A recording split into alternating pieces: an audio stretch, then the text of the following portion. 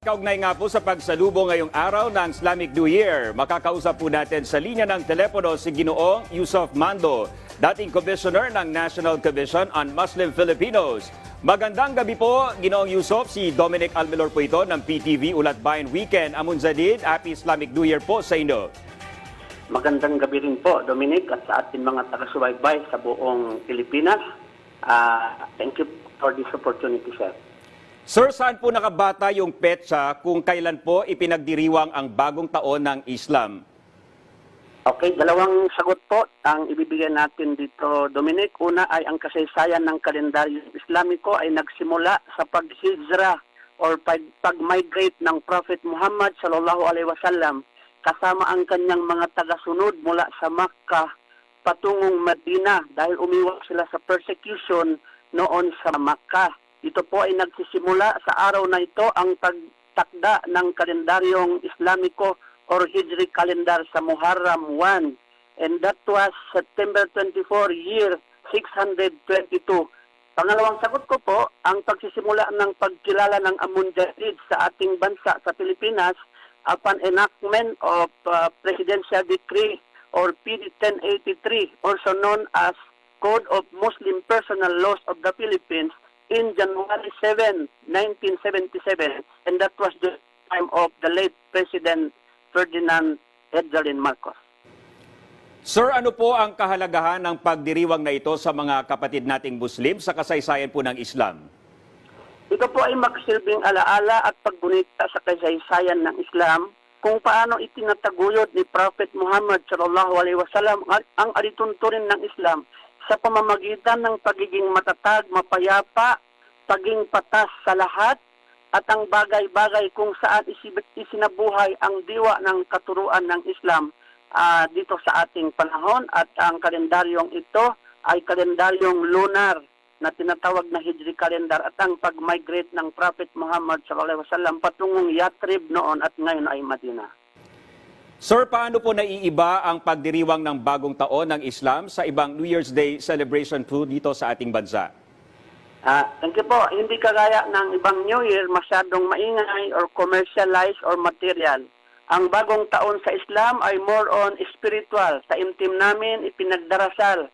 Ipinasok namin sa aming bahay, mga moske, pagbabasa ng Quran, pagdadasal, nilay-nilay. At hindi rin kagaya ng Idil Fitr at Idil Adha, hindi kasama ang Amunjadid or New Year na inuutos ang pag-celebrate nito kung hindi matahimik namin iginunita ang mga aral ng Islam sa pamamagitan ng sunnah ng Rasulullah sallallahu alaihi wasallam sa kanyang community. Pero, sir, pwede naman po magbigay ng regalo at makatanggap ng mga regalo. Ano po yung kadalasang natatanggap po na regalo sa panahon po ng New Year's Day celebration po ninyo? Binanggit niyo po ang pagbigay ng regalo. Kami po kanina nagbigay ng feeding at mga regalo sa iba't ibang mga kababayan natin homeless, hindi lamang po para sa mga Muslim. Wala pong masama at ito po ay tinuturo ng Islam ang magbibahagi o magbibigay ng kalinga sa kapwa. At wala pong limitasyon as long as hindi pinagbabawal sa Islam ang binibigay, hindi kagaya ng alak, yung mga haram at lahat ng bagay na taliwas sa katuruan ng Islam, yan lang po ang bawal. Pero lahat po ang pwede mong ibigay ay pwede naman po tanggapin. Sir, bukod po sa spiritual na paglago, ano-ano pa po ang mahalagang mensahe at paalala sa mga kapatid nating Muslim sa tuwing ipinagdiriwang po ang bagong taon ng Islam? Okay, sa halip na pinagdiriwang po, ito ay ginugunita ng lahat ng mga Muslim at ito po ay napapaloob sa 5 haligi ng Islam at ang pamantayan ng 6 na panuntunan ng pananampalataya.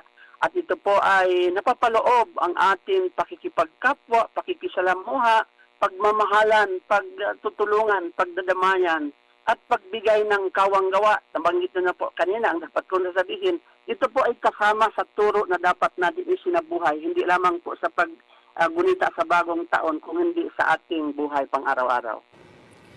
Sir, tungkol naman po sa pagdarasal para sa kapayapaan, ano po ang taimtim na dasal ng ating mga kapatid na Muslim, lalo na po sa tensyon dyan sa West Philippine Sea at maging sa ibang mga nangyayaring kaguluhan sa ibang panig ng mundo, sir?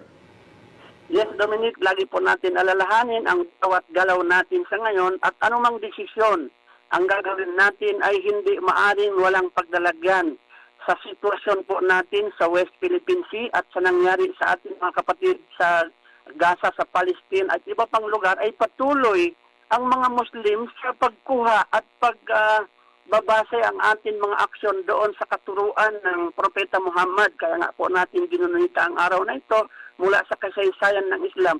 Pagdating po ng Islam sa Pilipinas, iugnay ko po ito ulit sa Pilipinas, hindi po ito sa pamamagitan ng dahas o pang-aapi o panggugulo, kundi sa pamamagitan ng mabuting dialogo o pakikipag-ugnayan at kalakalan, kung saan unang lumaganap ang pamumuno ng mga Muslim sa Pilipinas at lumawak ang ating pakikipag-ugnayan sa iba't ibang bansa. Kasama na po diyan ang China bago pa dumating ang Kastila at hanggang sa ngayon po ay naiiwan o nanatili pa sa ating bansa ang manakanakang banta ng kaguluhan. Pagkatapos tayo nilusob o inokupa o inangkin ng iba't ibang mga dayuhan. May God forbid. Sana po sa pagkakataon na ito ay maibsan at maiwasan po natin ang mga kaguluhan na yan. Alright, maraming salamat po, Ginoong Yusuf Mando. Magandang gabi po at muli, Happy Islamic New Year po sa inyo.